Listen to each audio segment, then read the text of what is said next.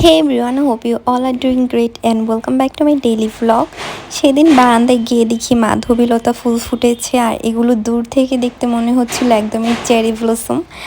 তারপরে এক কাপ চা বানালাম, এটা হচ্ছে দুপুরের দিকে লাঞ্চের পর। সেদিন সকালে আর কোনো কিছু রেকর্ড করিনি। তারপর একটা ভিডিও বানাতে বসলাম একটা হেয়ার ওয়েলের। তো আমার মন মতো ভিডিওটা তেমন আসেনি, তাই এটা নিয়ে আমি আবার পরে ছাদে যাব। আর দেখলাম সেদিনের আকাশটা অনেক সুন্দর হয়েছিল, একদম নীল কালার আর মেঘগুলো অনেক ক্লিয়ারলি বোঝা যাচ্ছিল। তাই আমার মন চাচ্ছিল আজকে তো ছাদে যেতেই হবে। তারপরে ভিডিও বানানোর পর আবার চা খেলাম, এটা ছিল রং চা। এত সুন্দর নীল আকাশ আর সাদা মেঘ দেখে যদি হাতে এক কাপ চাই না থাকে তাহলে কি আর হলো।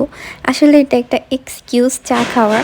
তো কিছুক্ষণ আগে যেহেতু দুধ চা খেয়েছি তাই এখন রং চা বানালাম।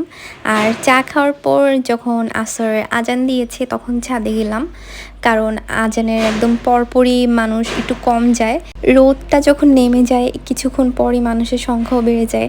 আর সেদিন ছিল ফ্রাইডেতে আরও একটু বেশি মানুষ উঠে ছাদে, কারণ সবারই ছুটি থাকে। আর মানুষের সামনে আমার ভিডিও করতে অনেক লজ্জা করে।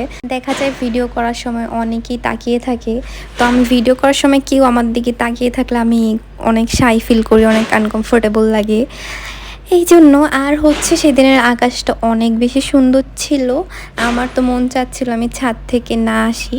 তারপর সেদিনের আর কিছু রেকর্ড করা হয়নি। সন্ধ্যায় আম্মুকে নিয়ে হসপিটালে গিয়েছিলাম, ওখান থেকে আস্তে আস্তে আবার লেট হয়ে গিয়েছিল। এটা হচ্ছে পরের দিন, এখানে আমি একটা পারফিউম ওয়েক্সের ভিডিও করেছিলাম আর তার পাশাপাশি আরেকটা ভিডিও করেছিলাম গেট রেডি উইথ মি এর, সেটা অলরেডি আপলোড দিয়েছি। এরপরে সন্ধ্যায় আমার একটু ক্ষুধা লাগে, তো আমার ক্ষুধা লাগলে আমি প্রায় জিনিসটা বানিয়ে খাই। সেটা হচ্ছে একটু কলা, একটু টক দই, সাথে চিয়া সিডসও দিই, কিন্তু সেদিন ছিল না।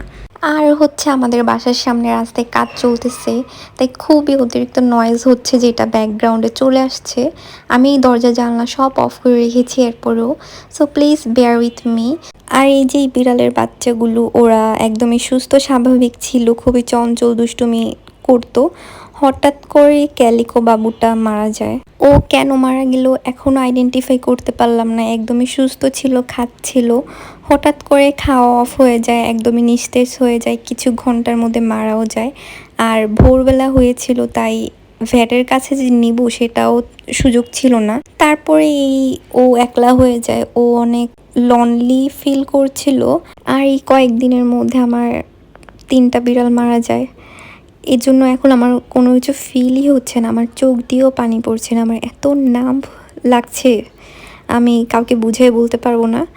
যাই হোক, এখন এতটুকুই দোয়া করতে পারি যাতে এই বাবুটার কিছু না হয়। আর এতটুকুই ছিল আমার আজকের ভ্লগ।